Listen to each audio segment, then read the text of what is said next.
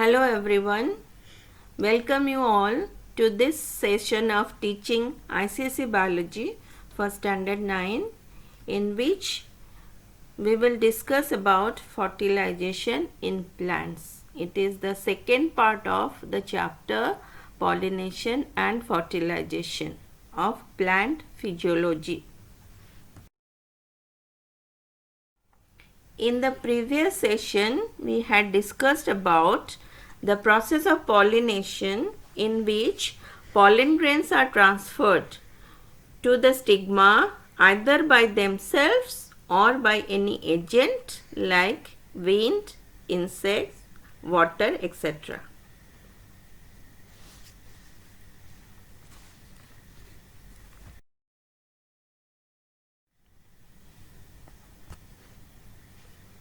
Pollination is followed by fertilization. Fertilization is the union or fusion of the nuclei of male and female gametes. It takes place in flowering plants where the pollen grain is the male gamete and the ovule is the female gamete. It leads to the formation of a zygote. So fertilization takes place in flowers. Flower has male and female reproductive organs or parts in which the male and female reproductive cells are produced, which are known as male or female gametes.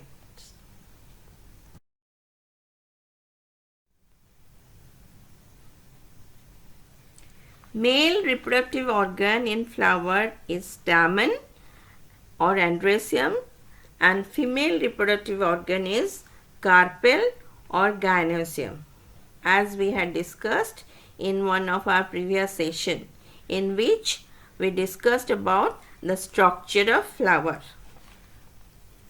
A stamen consists of filaments and anther. Inside anther, pollen sacs are there. In pollen sacs, dust-like particles are there, which are called pollen grains, and these are the male reproductive unit. A carpel consists of ovary, style and stigma. Ovary is the base or bottom part of a carpel. Inside the ovary, ovule is present, and it is the female reproductive unit.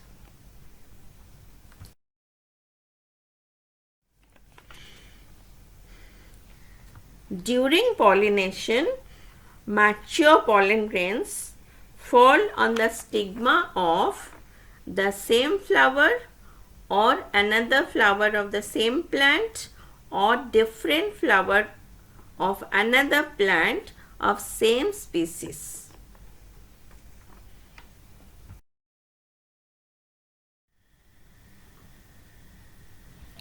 Then nuclei of pollen grain travel through the style and enter the ovary to reach the nuclei of ovule.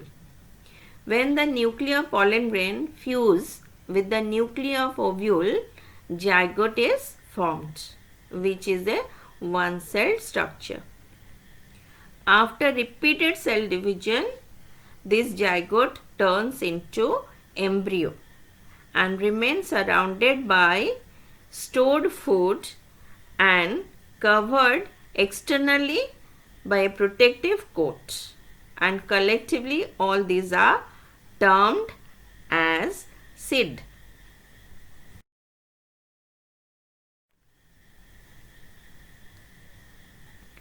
Ovule turns into seed, and ovary, which remains surrounding the ovule in a flower, turns into a thick fleshy wall-like structure called fruit. This process of fusion of male and female nuclei to form zygote is called fertilization, which is the beginning of a new life or a new plant. So we can define fertilization as the fusion of nuclei of male and female gametes. Before discussing the process of fertilization in detail, that is, how does it take place, or all the events involved in the process, we shall first discuss the structure of male and female reproductive units, that is, pollen grain and ovule.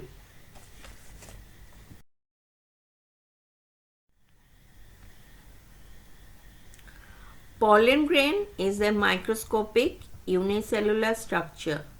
A mature pollen grain is a cell with a two-layered wall or double wall.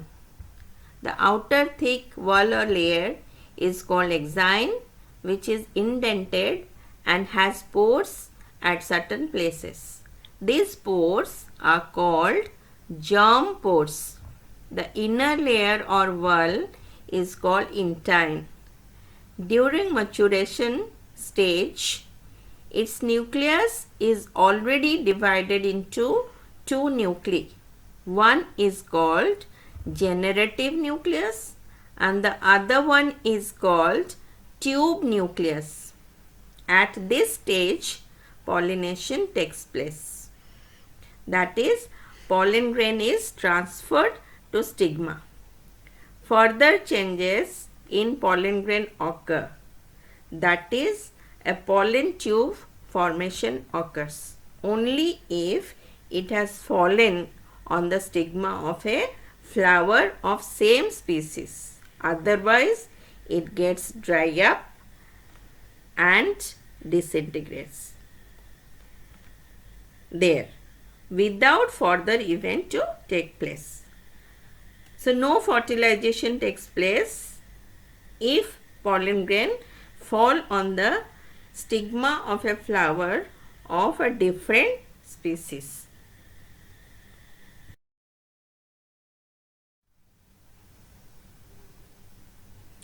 Ovule remains inside the ovary and it is also a unicellular structure. Each ovule is attached to the placenta inside the ovary. Ovary may contain one ovule or may contain more than one ovule or many ovule. How many seeds are formed? It depends on the number of ovules present in the ovary. That means how many ovules are there in the ovary of the flower, that many seeds are formed after fertilization inside the fruit. So, single ovule produces single seeded fruit and many ovules produced many seeded fruit.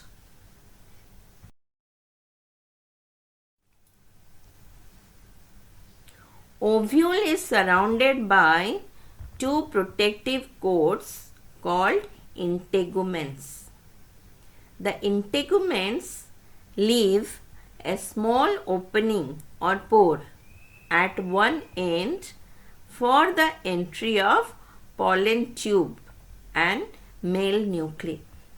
This opening is called micropyle, which persists as a small pore in seeds too for absorption of water and oxygen. It is clearly visible in solen, gram or bean seeds. A mass of food-laden cells enclosed by integuments is called nucellus. Inside the nucellus is the embryo sac. The embryo sac contains 7 cells. Firstly, 3 cells at the micropylar end, that is towards the micropyle. Out of them, one is egg cell and the other 2 are synergids. The function of synergids is to secrete chemical substances to attract pollen tube towards the embryo sac and help in absorption and transfer of the nutrients from the nucellus into the embryo sac. The egg cell or ovum fuses with male nucleus of pollen grain to form zygote, which after repeated cell division forms embryo, which in due course gives birth to a new plant. 3 cells are present at the opposite end of micropylorene or the upper part of the embryo sac. They are called antipodal cells.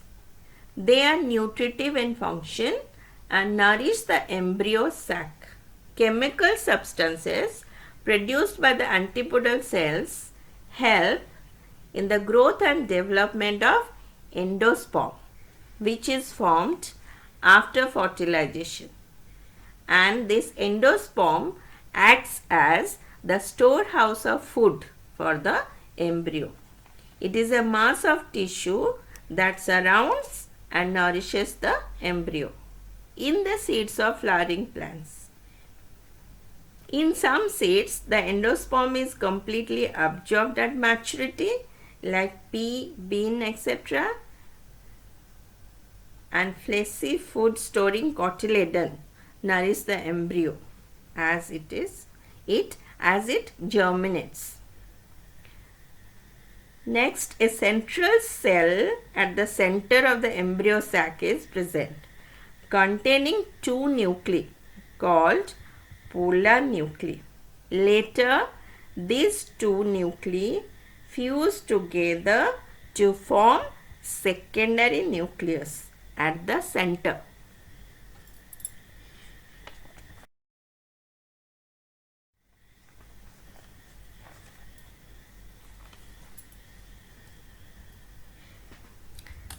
Now we will discuss the germination of pollen grain and the process of fertilization.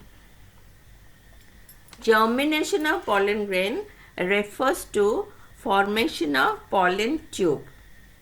Pollen grain germinates only if it falls on the stigma of a flower of same species. Otherwise, it disintegrates, means breaks down into small pieces and loses its fertilization capacity, as it does not form pollen tube. After pollination, when the pollen grains are deposited on the stigma, it absorbs moisture or water and sugar from the surface of the stigma and swell up.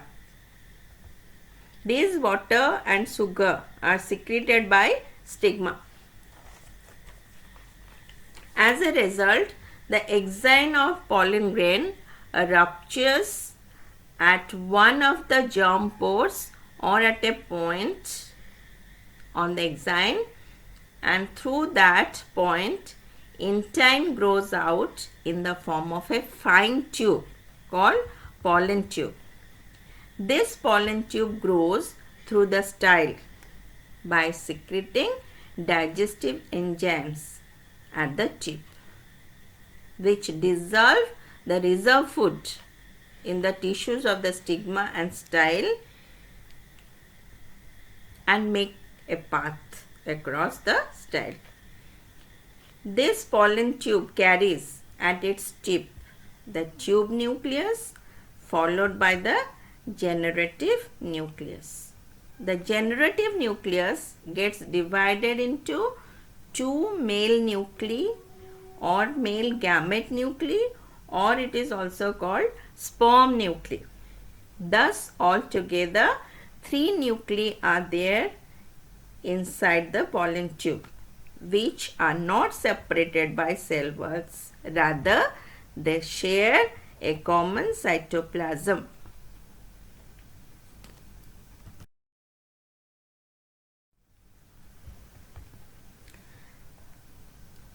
The pollen tube grows through the stigma and style by dissolving the tissues with the help of enzymes secreted by it and reaches the ovary. There it pushes through the micropyle and reaches the embryo sac. Now the tube nucleus, whose function was to direct the growth of pollen tube all the way down, is over. Now it disintegrates and disappears as its work is over.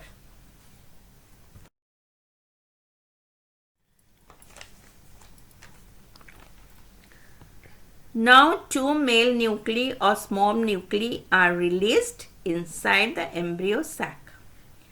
Out of these two male nuclei, one male nucleus or sperm nucleus fuses with the egg cell nucleus, which is present at the micropylar end, surrounded by the synergids, to form zygote, which later grows into an embryo and finally into a new plant. The other male nucleus or sperm nucleus moves towards the polar nuclei present at the central cell, present in the central cell or secondary nucleus, and it is at the center of the embryo sac. These two polar nuclei first fuse together to form the secondary nucleus before they get fused with the sperm nuclei or male nuclei. These two polar nuclei which fuse to form secondary nucleus again fuse with the sperm nucleus or male nucleus to form endosperm, which provides nourishment to the growing embryo. Here the fertilization process gets over, and this type of fertilization is called double fertilization. Why? We all know that the fusion of male gamete with female gamete is called fertilization, in which male and female nuclei are fused, which is followed by fusion of cytoplasm. This process in flowering plants involves two fusion or fertilization twice. One fusion takes place between one sperm nucleus or male nucleus with the egg nucleus at the micropylar end to form zygote, and another fusion takes place between the other sperm or male nucleus and the two polar nuclei in the central cell of embryo sac to form endosperm. In this second fusion, three nuclei fuse together. The first fusion is called syngamy, where one male gamete nucleus and one egg cell nucleus fuse together to form zygote. The second fusion is called triple fusion because three nuclei are fused together, out of which one is sperm or male nucleus and the other two are polar nuclei, which are female nuclei present at the center of embryo sac to form endosperm. Before being fused with the sperm nucleus, the two polar nuclei are fused together to form secondary nucleus. Then the secondary nucleus fuses with the sperm nucleus.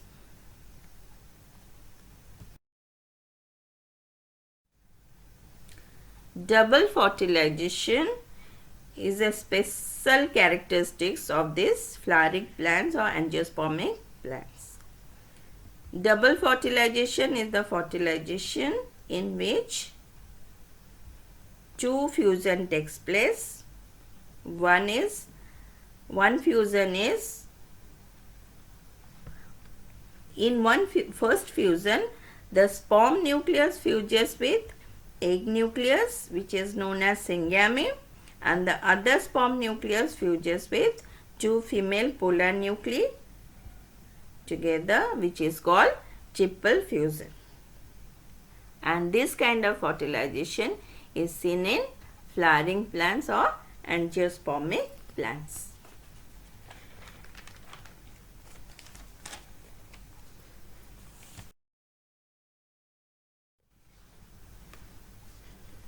What happens to the floral parts after fertilization? That is, fate of floral parts after fertilization, or we can say post fertilization changes.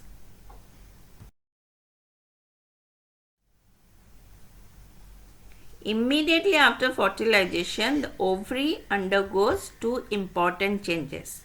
The ovules present inside develop into seeds. The ovary wall thickens and ripens into fruit wall or pericarp. After these changes, the ovary is technically referred to as a fruit. Ovary wall may either form a dry and hard fruit wall or a fleshy fruit wall. Fruit contain one or more seeds which are developed from one or more ovules attached to the ovary by means of placenta. When the fruit is ripe, the seeds contained inside are released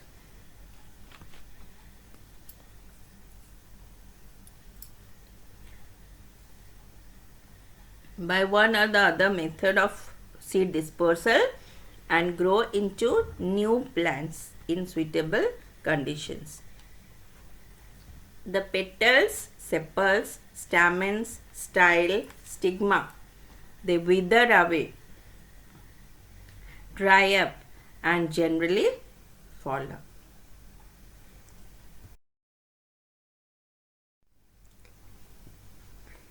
The calyx may either fall off or may remain intact in a dried and shriveled form or reduced form. Apple and guava show such kind of dried sepals present in the fruit. And in brinjal it remains in a fleshy form. And this type of calyx is called persistent calyx.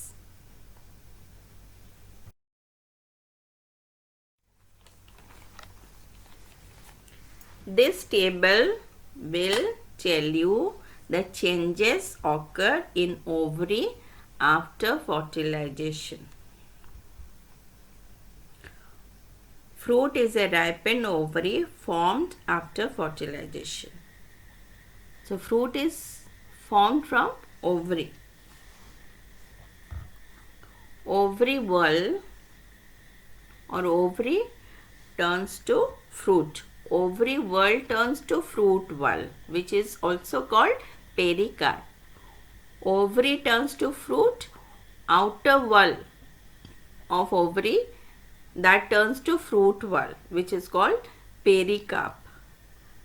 This pericarp may be divided into three regions: epicarp, mesocarp and endocarp. The outermost is epicarp. Middle fleshy layer is called mesocarp and the innermost layer is called endocarp. So it may be a multi-layered structure, but in some fruits only one layer, that is pericarp, is present. Then ovule turns to seed and the integuments present in the embryo sac, they turn to seed coat. The outer integument turns to testa and the inner integument turns to tegmen. So seed coat has two layers. Outer layer is testa, inner layer is tegment. The nucellus generally degenerates. If it persists, then it is called perisperm. The embryo sac, which contains antipodal cells, egg cells and secondary nucleus. Antipodal cells degenerates, breaks down. Egg cell turns to zygote, then after repeated cell division to embryo, and the secondary nucleus turn to endosperm, which is the storehouse of food to nourish the embryo.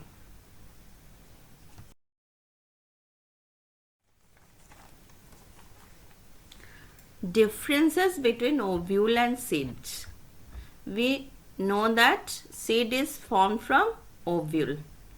Before fertilization, which was the ovule, after fertilization it turns to the seed. Ovary is the structure contained, ovule is the structure which contains in the ovary, and seed is present inside the fruit in angiospermic plants or flowering plants. Inside the ovule, embryo sac containing the female gamete or egg cell is present. It develops after fertilization of the female gamete with the male gamete. It is a pre-fertilization female reproductive structure. Ovule is a pre-fertilization female reproductive structure, but seed is a post-fertilization product. Thank you.